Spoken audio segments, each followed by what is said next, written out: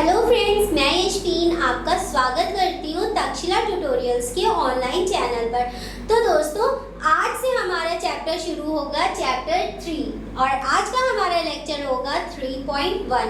लेकिन उससे पहले हम आपको थोड़े प्रीवियस चैप्टर्स के बारे में बता दें। सबसे पहला हमारा चैप्टर था जीवों में जनन, जिसमें हमने देखा था कि जीव किस प्रकार से अपनी संख्याओं में वृद्धि करते हैं और अपनी समान संततियों को उत्पन्न करते हैं। ठीक, वो चैप्टर 1 की बात थी। फिर दूसरा हमारा चैप्टर था पुष्पी पादपों में लैंगिक जनन, मतलब sexual reproduction in flowering plant. ये वाला चैप्टर भी हमने अब तक पूरा अपना कंप्लीट कर लिया है। ठीक दोस्तों, उसके बाद अब हमारा तीसरा चैप्टर है मानव जनन, जिसको क्या कहते हैं, ह्यूमन रिप्रोडक्शन।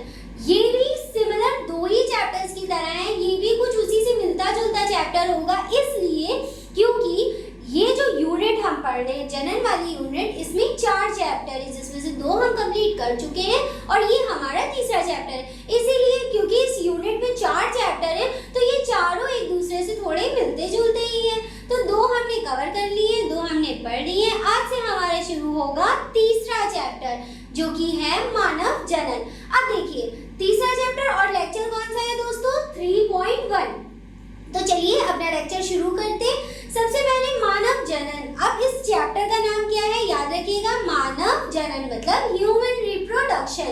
चैप्टर 2 में हमने सारा पुष्पी पादपों में लैंगिक जनन पढ़ा था, वो हमारा क्या था, मतलब पादपों में जनन।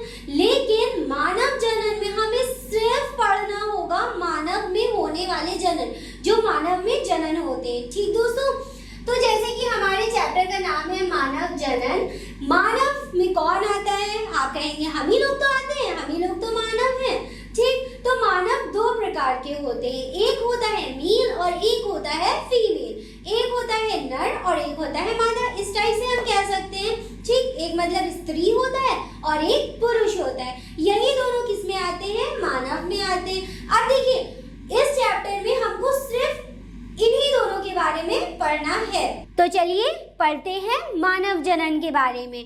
तो दोस्तों, मानव जनन पढ़ने से पहले हम थोड़ा सा आपको इसे रिन्यू करा देते हैं कि हमें इसमें क्या क्या पढ़ना होगा। गैमीट्स मतलब युग्मक क्या क्या होते हैं, युग्मक कौन कौन से, किस में क्या युग्मक होते हैं, थोड़े इसके टर्म्स बता देते हैं, जैसे कि अगर हम जब आगे इसको पढ़ाएं तो आप इसे आराम से रिलेट कर पाए, आपको ज़्यादा दिक्कत ना हो समझने में कि ये क्या होता है, वो कहाँ से आ गया, अरे हमें तो ये पता ही नहीं। तो छोटे छोटे ऐसे टर्म्स होते हैं जो कि हम पहले ही पढ़ लेंगे, जिससे जब हम अपने मेन टॉपिक पढ़ें, जैसे पुरुष में जनन तंत्र और मादा में जनन तंत्र, और वैसे भी इस चैप्टर में ज़्यादा कुछ नहीं है, बस हमें 2 चीज़ें मोस्ट इम्पॉर्टेंट पढ़नी है। एक पुरुष का जनन तंत्र पढ़ना है और एक मादा का, यानी कि या स्त्री का भी जनन तंत्र कह सकते हैं। बस यही दोनों हमें पढ़ना है। तो चलिए सबसे पहले हम थोड़ी सी इसकी टर्मिनोलॉजी देख लेते हैं, या टर्मिनोलॉजी हम ऐसा भी कह सकते हैं कि इसके जो बीच बीच में कुछ टर्म्स आते हैं उसको सबसे पहले हम ध्यान कर लेते हैं, उसको देख लेते हैं। जैसे कि हमने आपको बताया था कि पुष्पी पादपों में लैंगिक जनन में प्रीवियस चैप्टर में, चैप्टर 2 में क्या बताया था कि जो नर युग्मक होता है वो कौन होता है? परागकण होता है। दोस्तों याद रखिएगा, अगर उस चैप्टर से रिलेटेड कोई भी डाउट्स हैं आपके, तो वो आप पहले ही क्लियर कर लीजिएगा अच्छे से। ठीक, उसमें पुरुष में जो युग्मक था वो क्या था? परागकण था, और मादा में जो युग्मक था वो क्या था? अंड था। उसी टाइप से इस चैप्टर में भी होगा, बस उसी चैप्टर से रिलेट कर दीजिए इसको। उस चैप्टर में हमने पुष्पों के बारे में पढ़ लिया था, इस चैप्टर में हम पूरा मानव के बारे में पढ़ेंगे, बस इतना ही है। ठीक, तो चलिए एक एक करके इन सब की प्रोसेस देखेंगे, क्या क्या होता है, पुरुष का जनन तंत्र क्या होता है, मादा का जनन तंत्र क्या होता है, उनके बीच में निषेचन कैसे होता है, क्या होता है, क्या क्या प्रोसेसेस होती है, ये सब हम किस चैप्टर में देखेंगे? इस चैप्टर में देखेंगे। और इसके बाद वाला हमारा चैप्टर होगा 4, उसके बाद ये यूनिट हमारी कंप्लीट हो जाएगी। ठीक दोस्तों, तो चलिए सबसे पहले छोटे छोटे से पॉइंट्स देख लेंगे कि क्या क्या होते हैं। सबसे पहले लैंगिक जनन। दोस्तों, हमने ये आपको पढ़ाया था चैप्टर 1 में, याद करिए, उसमें सिर्फ 2 ही चीजें थी, एक था अलैंगिक जनन और एक था लैंगिक जनन। और लैंगिक जनन को इंग्लिश में क्या कहते हैं? Sexual reproduction. ठीक दोस्तों, इसको क्या कहते हैं इंग्लिश में? Sexual reproduction. अब आप याद करिए ध्यान करके, अगर आपको याद हो तो बहुत अच्छी बात है। सेक्सुअल रिप्रोडक्शन में क्या होता था? हमेशा 2 जनक पार्टिसिपेट करते थे। याद है ना सबको? 2 जनक कौन होते थे दोस्तों? एक होता था नर और एक होता था क्या? मादा। ठीक, या आप ऐसे भी कह सकते हैं कि नर कौन है? पुरुष है, और जो हमारा मादा है वो क्या है? स्त्री है। इस टाइप से भी हम कह सकते हैं। अब देखिए, जो नर है और मादा है ये दोनों हमारे किस में आएंगे? सेक्सुअल रिप्रोडक्शन में। लेकिन जो अलैंगिक जनन होता है उसमें क्या ये दोनों पार्टिसिपेट करेंगे या ये दोनों उसमें भाग लेंगे? तो आप कहेंगे बिल्कुल नहीं। क्यों? जो हमारा अलैंगिक जनन होता है उसमें सिर्फ एक जनक पार्टिसिपेट करता है। वही जनक अपनी बॉडी को या तो तोड़ देगा, मोड़ देगा, मरोड़ देगा और क्या करेगा? अपनी जैसी संतति उत्पन्न कर देगा। लेकिन लैंगिक जनन में क्या होता है? ऐसा कुछ नहीं होता है। इसमें बड़े बड़े 2 पेरेंट्स पार्टिसिपेट, मतलब 2 जनक पार्टिसिपेट करते हैं। उन दोनों के अलग अलग युग्मक होते हैं, मतलब पुरुष का युग्मक अलग होगा और मादा का युग्मक अलग होगा। इन दोनों के युग्मकों का संलयन होगा, युग्मनज बनेगा, तब जाके एक नया जंतु जनरेट यानी कि एक नया जंतु बनेगा। तो चलिए दोस्तों आगे बढ़ते हैं। अब देखिए, हमें पुरुष में क्या देखना है? इसका पूरा जनन तंत्र। उससे पहले सबसे छोटी चीज से शुरू करते हैं जो कि है इसका युग्मक।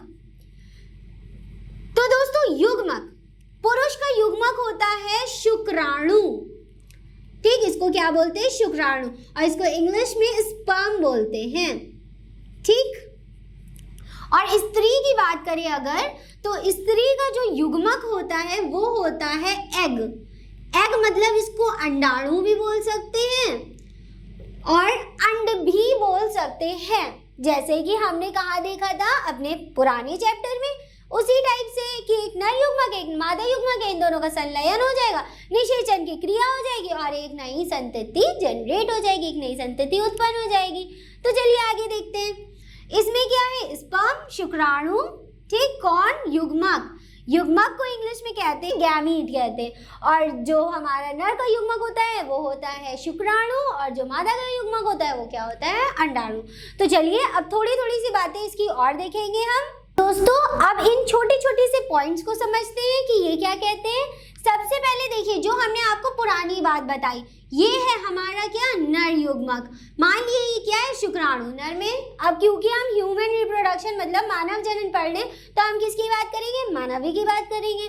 तो नर युग्मक में क्या होता है? शुक्राणु होता है, और मादा युग्मक क्या होता है? अंडाणु या एग होता है। तो चलिए, इन दोनों का जब संलयन होगा, ठीक, इन दोनों का निषेचन होगा, जब संलयन होगा तो क्या बनेगा? युग्मनज बनेगा। ठीक, मान लीजिए ये हमारा क्या है? नर युग्मक है, प्लस ये हमारा क्या है? मादा युग्मक है। जब ये दोनों आपस में यूं मिल जाएंगे तो क्या बन जाएगा? एक युग्मनज बन जाएगा। ठीक, ये हो गया। फिर चलिए आगे बढ़ते हैं। देखिए मेरा एक छोटा सा पॉइंट लिखा है, ये क्या कहता है? यदि नर तथा मादा युग्मकों का निर्माण अलग अलग जंतुओं में होता है तब ऐसे जंतु एक लिंगी कहलाते हैं। अब ये कौन सी बात हुई? अब इसका मतलब क्या हुआ? ठीक, जब नर तथा मादा युग्मक, मतलब ये हमारा नर युग्मक है और ये हमारा मादा युग्मक है, इन दोनों का निर्माण जब अलग अलग जंतुओं में हो, जैसे कि इसका एग्जाम्पल क्या आपको बताने की जरूरत है? आप खुद समझ सकते हैं कि नर युग्मक और मादा युग्मक अलग अलग जनरेट किस में होंगे? मनुष्य में। मनुष्य में एक नर होता है, एक मादा होता है। नर युग्मक किस में जनरेट होंगे? किस में बनेंगे? नर में बनेंगे। और मादा युग्मक किस में बनेंगे? मादा ही में तो बनेंगे। चलिए फिर देखते हैं। तो ये इसमें क्या था? अलग अलग जंतु थे। मान लिए एक जंतु ये है और एक जंतु ये है, इसको मेल मान लीजिए और इसको फीमेल मान लीजिए। तो ये क्या है? इसमें नर युग्मक होंगे और इसमें क्या होंगे? मादा युग्मक। युग्मक कहाँ है? अलग अलग जंतुओं में है। ये अलग जंतु है और वो अलग जंतु है। तो अलग अलग जंतुओं में जब युग्मक अलग अलग जनरेट होते हैं तो उनको एक लिंगी यूनिसेक्सुअल कहते हैं। ऐसा कैसे यूनिसेक्सुअल कहते हैं? देखिए एक मतलब क्या होता है एक, और लिंगी मतलब होता है लिंग। लिंग हम आपको बता चुके हैं लिंग क्या होता है, जैसे कि वो मेल होगा या फीमेल होगा। आप बहुत सारे फॉर्म्स पे भी टिक करते हो, उस पर लिखा होता है कि आपका सेक्स क्या है, आप मेल हो, फीमेल हो, अदर हो, वो सब पूछा जाता है। तो जस्ट उसी टाइप से तो हम क्या टिक करते हैं, मेल पे टिक करते हैं या फीमेल पे टिक करते हैं, इसी टाइप का तो ये होता है। तो अगर आपके अंदर सिर्फ नर युग्मक है या सिर्फ मादा युग्मक है तो आप एक लिंगी जंतु हो, और मनुष्य एक लिंगी जंतु है। मनुष्य में हमें ऐसे ही देख सकते हैं कि यार एक पुरुष होता है, एक महिला या स्त्री होती है, महिला में महिला के होंगे युग्मक और पुरुष में पुरुष के युग्मक होंगे, ठीक। तो ऐसे जंतु क्या कहलाते हैं, एक लिंगी। क्यों? क्योंकि इनमें सिर्फ एक लिंग होगा, या तो पुरुष होगा या तो मादा होगा।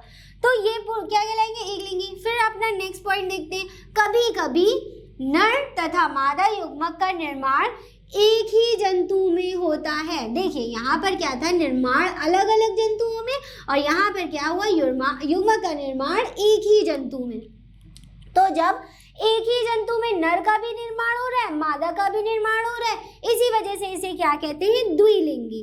द्वि मतलब होता है दो, लिंगी मतलब होता है लिंग, मतलब इसमें कितने लिंग होंगे, दो लिंग होंगे। और दो लिंग बेसिकली क्या होंगे, कोई नए नहीं होंगे, एक होगा नर और एक होगा मादा। तो चलिए ये बात खत्म हुई। इसको कहते हैं द्विलिंगी, अथवा इसको उभयलिंगी भी बोलते हैं, और इंग्लिश में इसको बाइसेक्सुअल बोलते हैं। फिर एग्जाम्पल इसका हो गया केचुआ, लाइक अर्थवॉर्म। अर्थवॉर्म आप सभी जानते होंगे, केचुआ वो जमीन में मिलता है, बरसात जब होती है तब बहुत ज़्यादा देखने को हमें मिलते हैं, ठीक। दूसरा है हमारा लीच, यानी कि इसको हिंदी में बोलते हैं जोक। केचुआ और जोक ये दोनों हो गए हमारे। एक बार और बता देते हैं, जब नर और मादा युग्मकों का निर्माण अलग अलग जंतुओं में हो तो वो एक लिंगी कहलाते हैं, और जब नर और मादा युग्मकों का जो निर्माण होता है वो एक ही जंतु में हो तो वो द्विलिंगी कहलाते हैं। दोस्तों ये बात क्लियर हो गई। चलिए अब बढ़ते हैं अपने नेक्स्ट टॉपिक की तरफ। तो चलिए दोस्तों हमारा नेक्स्ट टॉपिक है लैंगिक जनन जननांगों की सहायता से उत्पन्न होता है। मतलब लैंगिक जनन के बारे में हम आपको बता चुके हैं, ये किसकी सहायता से उत्पन्न होता है, किस चीज़ों से हो सकता है, तो उनका नाम है जननांग। मतलब लैंगिक जनन करने के लिए क्या चाहिए, जननांग चाहिए। जननांग की सहायता से उत्पन्न हो सकता है। जननांगों को दो समूह में विभाजित किया गया है, दो समूहों में विभाजित किया है। पहला समूह हमारा है प्राथमिक लैंगिक अंग, और दूसरा हमारा होता है सहायक लैंगिक अंग, ठीक दोस्तों। तो पहले हम ये वाला पढ़ लेते हैं, इसके बाद हम वो भी लिख के आपको समझा देंगे। पहला हमारा है प्राथमिक लैंगिक अंग। इसमें क्या होता है, जनद तथा जनद ग्रंथियां प्राथमिक लैंगिक अंग होते हैं। मतलब जनद वो होते हैं जिनमें युग्मकों का निर्माण हो, और युग्मकों का निर्माण करने के लिए बहुत सारी ग्रंथियां भी यूज होती हैं। अभी हम आगे चैप्टर में आपको सारी डिटेल्स में बताएंगे। इनमें युग्मकों का निर्माण होता है, जैसे हमने बताया कि जनदों में क्या होता है, युग्मकों का निर्माण होता है। और युग्मक याद रखिएगा दोस्तों, युग्मक तो आप सभी को हमने बता दिया, नर में शुक्राणु होते हैं और मादा में क्या होते हैं, अंडाणु होते हैं। तो चलिए आगे देखते हैं। वृषण, वृषण नर जननांग होते हैं। दोस्तों ये युग्मक नहीं है, ये क्या है, जननांग है। वृषण नर जननांग होते हैं, इनमें किसका निर्माण होता है, शुक्राणुओं का निर्माण होता है। अब देखिए शुक्राणु क्या है, युग्मक है, और युग्मक हमारे कहाँ बनते हैं, जननांग में बनते हैं। और अगर हम नर की बात करें तो नर का जननांग क्या है, वृषण। मतलब ऐसा भी हम कह सकते हैं, नर में क्या होता है, वृषण होता है, जिसमें किसका निर्माण होता है, शुक्राणुओं का निर्माण होता है। शुक्राणु क्या होते हैं, युग्मक होते हैं, सिंपल। तो इसी टाइप से जैसे नर है वैसे मादा भी होगा। जबकि अंडाशय, अंडाशय को इंग्लिश में ओवरी बोलते हैं। अंडाशय क्या है, मादा जननांग है। याद रखिएगा, नर का जननांग क्या है, वृषण है, और मादा का जननांग क्या है, अंडाशय है। अंडाशय होता है, इसमें अंडाणुओं का निर्माण होता है। मतलब अंडाशय में किसका निर्माण होगा, अंडाणु का। तो ये हमारा क्या है, मादा युग्मक, और ये हमारा क्या है, नर युग्मक। शुक्राणु नर युग्मक है और अंडाणु मादा युग्मक है। तो दोस्तों याद रखें तो कंप्लीट हो गया। लेकिन हमने अभी क्या पढ़ा है, एक समूह पढ़ा है। चलिए दूसरा समूह भी देखते हैं, जो कि है सहायक लैंगिक अंग। तो दोस्तों दूसरा समूह हमारा है सहायक लैंगिक अंग, मतलब जो सहायता करे, इसके नाम ही से समझ में आ रहा है ना, सहायक लैंगिक अंग जो कि लैंगिक जनन करने में सहायता करे, जिनकी वजह से ये लैंगिक जनन संपन्न हो पाए। ठीक, तो ऐसे अंग जो जनन में सहायक होते हैं, मतलब इन अंगों के बिना ये जनन नहीं हो सकता वो, ठीक, सहायक लैंगिक अंग कहलाते हैं। अब जो इसके एग्जाम्पल्स हैं वो हमने क्यों नहीं लिखे, ये भी बात आती है, हमने उसका एग्जाम्पल लिखा था, इसके एग्जाम्पल क्यों नहीं लिखे। तो दोस्तों आपको कोई टेंशन लेने की ज़रूरत नहीं है, अभी हम सारा इसका जनन तंत्र जब पढ़ाएंगे तो एक एक आपको अच्छे से याद करवाएंगे, इसीलिए हमने यहाँ पे नहीं लिखा है, क्योंकि अगर हम लिखते हैं तो फिर बताना पड़ता है ये कहाँ मिलता है, कैसे मिलता है। तो जैसे जैसे करके हम बताते रहेंगे, हम आपको बताते रहेंगे कि कौन कौन से लैंगिक सहायक अंग होते हैं। तो चलिए, यहाँ पर तो हमारे मेन जो छोटी मोटी टर्मिनोलॉजी होती है, जो टर्म्स हमें याद करने होते हैं, ज़रूरी होते हैं समझने, वो ख़त्म होते हैं। लेकिन अब हमारा एक मेन टॉपिक शुरू होता है जो कि बोर्ड में एज इट इज़ पूछा जाता है, मतलब डायरेक्ट पूछा जाता है कि पुरुष का जनन तंत्र की विवेचना कीजिए या जनन तंत्र बताइए। तो हमने नाम तो रिवील ही कर दिया, नाम तो बता ही दिया। तो अब हमारा जो मेन टॉपिक है, बड़ा टॉपिक है, वो है पुरुष का जनन तंत्र, यानी कि पुरुष जनन तंत्र। सबसे पहले हम पुरुष का पढ़ लेंगे, फिर मादा का पढ़ लेंगे, और फिर कुछ छोटे छोटे से सब टॉपिक्स हैं जिनको पढ़ के अपना चैप्टर कंप्लीट कर देंगे। तो दोस्तों सबसे पहले हम क्या पढ़ेंगे, पुरुष का जनन तंत्र। तो चलिए हेडिंग हम डालते हैं, उसके बारे में देखते हैं और आपको समझाते हैं। तो चलिए दोस्तों अब पढ़ते हैं पुरुष जनन तंत्र के बारे में। इसको नर जनन तंत्र भी कह सकते हैं। अब देखिए, पुरुष का मतलब तो मतलब ये पुरुष ही में होगा। जनन तंत्र, तंत्र क्यों कहा है, तंत्र हमने इसको इसलिए कहा है क्योंकि बहुत सारे अंगों से मिलके बना होता है। जब ये बहुत सारे अंगों से मिलके बना होता है तो इसे तंत्र कहते हैं। ठीक दोस्तों, क्योंकि इसमें बहुत सारे अंग हमें देखने को मिलते हैं, इसी वजह से इसे क्या कहते हैं, ये एक तंत्र है। मतलब एक काम के लिए बहुत सारे अंग एक साथ आके मिलते हैं, तब जाके एक जनन की क्रिया पूर्ण हो पाती है। तो चलिए अब आगे देखते हैं क्या लिखा है। मनुष्य का नर जनन तंत्र शरीर के श्रोणि क्षेत्र, मतलब पेल्विक रीजन में होता है, में अवस्थित होता है। इसके अंग निम्नलिखित हैं। अब देखिए यहाँ पे हमने 11 अंग लिखे हैं, मतलब जो कि नर के जनन तंत्र में होते हैं। ये 11 अंग हमें कहाँ देखने को मिलते हैं, पुरुष के जनन तंत्र में। एक एक करके इसके नाम पहले पढ़ेंगे, क्योंकि दोस्तों इसके नाम ही जल्दी नहीं याद होते हैं, और नाम जल्दी अगर याद हो जाएंगे, अगर नाम याद हो जाएंगे तो उसके अंदर का हम आराम से लिख सकते हैं। नाम याद होने चाहिए, बाकी आराम से जो होता है अंदर का जो पोर्शन होता है वो आराम से हम लिख सकते हैं। थोड़ा थोड़ा ध्यान देने वाला है। अब सबसे पहले हम क्या करेंगे, इसके नाम सारे पढ़ेंगे। 11 अंग होते हैं, उन 11 का नाम अच्छे से पढ़ेंगे, जिसमें सबसे पहला हमारा होता है वृषण।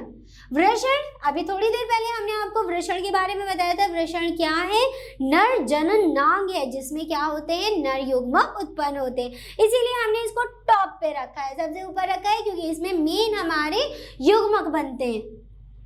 सबसे पहला हमारा क्या है, वृषण, इसको इंग्लिश में टेस्टिस बोलते हैं। फिर दूसरा हमारा है वृषण कोश, इसको इंग्लिश में स्क्रोटम बोलते हैं। स्क्रोटम मतलब वृषण कोश में क्या होता है, वृषण स्थित होते हैं।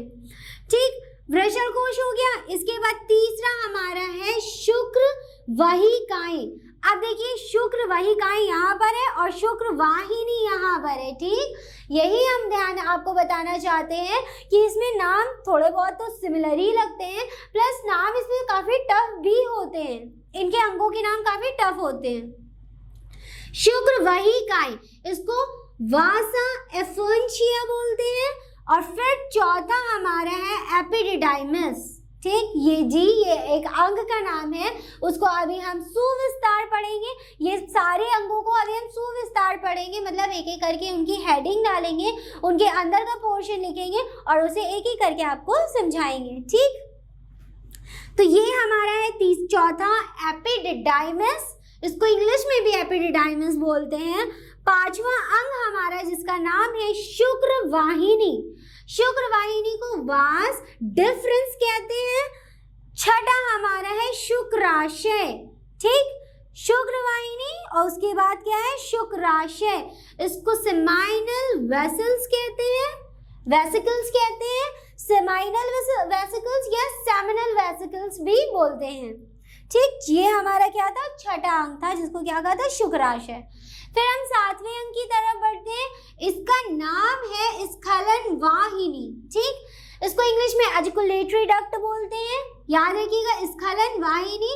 वाहिनी जितनी आपको ये वाहिनी दिख रही है, वाहिनी क्या होती है, एक ट्यूब होती है, एक लंबी सी ट्यूब होती है जिसके अंदर से कुछ ना कुछ होके गुजरेगा, फिर चाहे वो कुछ भी हो आपका, वो हम आगे आपको बताएंगे। स्खलन वाहिनी हो गया। फिर 8वां हमारा होता है मूत्र मार्ग, जिसको यूरेथ्रा बोलते हैं। फिर 9वां हमारी एक ग्लैंड है, मतलब एक ग्रंथि है जो कि हार्मोन सिक्रीट करेगी, या बहुत ज़्यादा जो इसके अंदर यूज होने वाली चीज़ें होंगी, तरल द्रव होंगे, वो हमारा स्त्रावित करेगी। कौन करेगी, ग्रंथि। और उस ग्रंथि का नाम है प्रोस्टेट ग्रंथि। इसको इंग्लिश में प्रोस्टेट ग्लैंड बोलते हैं, बस इसका नाम चेंज हो गया है, प्रोस्टेट हिंदी में भी और इंग्लिश में भी वही कहते हैं। और ये दोस्तों बहुत ही ज़्यादा इम्पॉर्टेंट भी होती है। फिर हमारी 10th जो है उसको कहते हैं बल्बो, ये बी मीटर गया, बल्बो यूरेथ्रल या काउपर की ग्रंथि। अब ये देखिए काउपर की ग्रंथि, और इसको इंग्लिश में काउपर्स ग्लैंड बोलते हैं।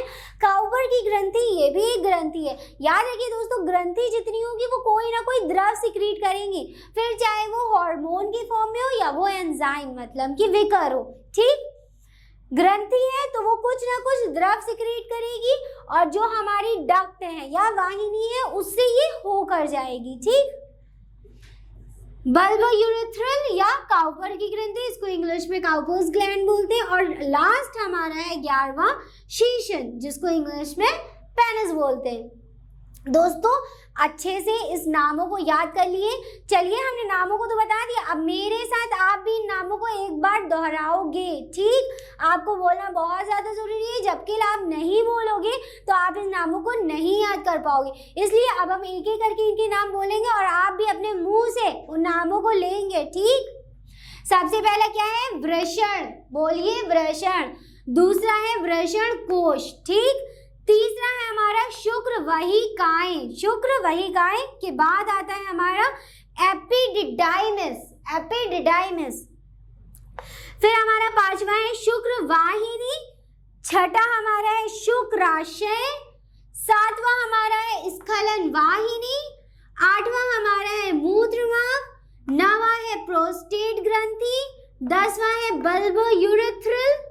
बल्बो यूरेथ्रल, इसको काउपर्स की ग्रंथि या काउपर्स ग्लैंड भी बोलते हैं, और बल्बो यूरेथ्रल को इंग्लिश में भी बल्बो यूरेथ्रल ही कहते हैं। ठीक, और 11वां है शीशन, इसको इंग्लिश में पेनिस बोलते हैं। तो चलिए दोस्तों, हमने आपको 11 के 11 नाम बता दिए हैं। जैसे कि हमने आपको बताया था कि हम सिर्फ इनके नाम नहीं याद करने वाले हैं, हमको इसके बारे में भी पढ़ना है। अगर हमने वृषण लिया है तो वृषण क्या होता है, कहाँ मिलता है, इसका काम क्या होता है, क्या चीज़ करता है, ये सब हम पढ़ना ज़रूरी है हमें। तो चलिए, इसके नाम तो बता दिए, अब सबसे पहले हम लेंगे किसको, वृषण को। ठीक, वृषण के बारे में पूरा पढ़ लेंगे, फिर वृषण कोश उसके बारे में पूरा पढ़ेंगे, फिर शुक्रवाहिनी, ऐसे ऐसे करके सबके बारे में एक एक करके पढ़ेंगे। तो दोस्तों नाम तो हमने पढ़ लिए, चलिए अब इसके जितने आगे उन सबको डिटेल में पढ़ते हैं, मतलब विस्तार में पढ़ते हैं। और सबसे पहला हम किसे लेंगे, वृषण को लेंगे, जिसको इंग्लिश में टेस्टिस बोलते हैं। तो चलिए सबसे पहले वृषण को पढ़ते हैं। तो दोस्तों अब हम क्या करेंगे, नर जनन तंत्र के अंगों का संक्षिप्त में विवरण, जैसे कि हमने आपको बताया था इसमें 11 अंग होते हैं और एक एक करके उसको विस्तार से पढ़ेंगे। ठीक, तो चलिए सबसे पहला हमारा क्या था, वृषण। वृषण को इंग्लिश में टेस्टिस बोलते हैं। वृषण की ये कुछ पॉइंट्स हमने लिखे हैं जिनको हमें आपको समझाना है। सबसे पहला कि वृषण होता क्या है, नर में एक जोड़ी वृषण। एक जोड़ी का मतलब एक वृषण नहीं होता है, वृषणों की कितनी संख्या होती है, 2, मतलब वो जोड़े में होते हैं। एक जोड़ी वृषण थैलीनुमा वृषण कोश में शरीर के बाहर स्थित रहता है। दूसरा पॉइंट ये है, प्रत्येक वृषण 3 से 5 सेंटीमीटर लंबा होता है तथा 2 से 5 सेंटीमीटर चौड़ा होता है, और इसका जो आकार है, जो इसका शेप है वो कैसा होता है, अंडाकार होता है। ये कैसा होता है, अंडाकार। मतलब प्रत्येक वृषण 3 से 5 सेंटीमीटर लंबा होगा और 2 से 5 सेंटीमीटर चौड़ा अंडाकार होगा। फिर तीसरा हमारा पॉइंट है, इसमें शुक्राशय से एक वाहिनी आती है। अब देखिए दोस्तों, यहाँ पे बहुत सारे नाम अंगों के भी हैं। शुक्राणु से एक वाहिनी आती है और मूत्र मार्ग में स्खलन वाहिनी के रूप में खुलती है।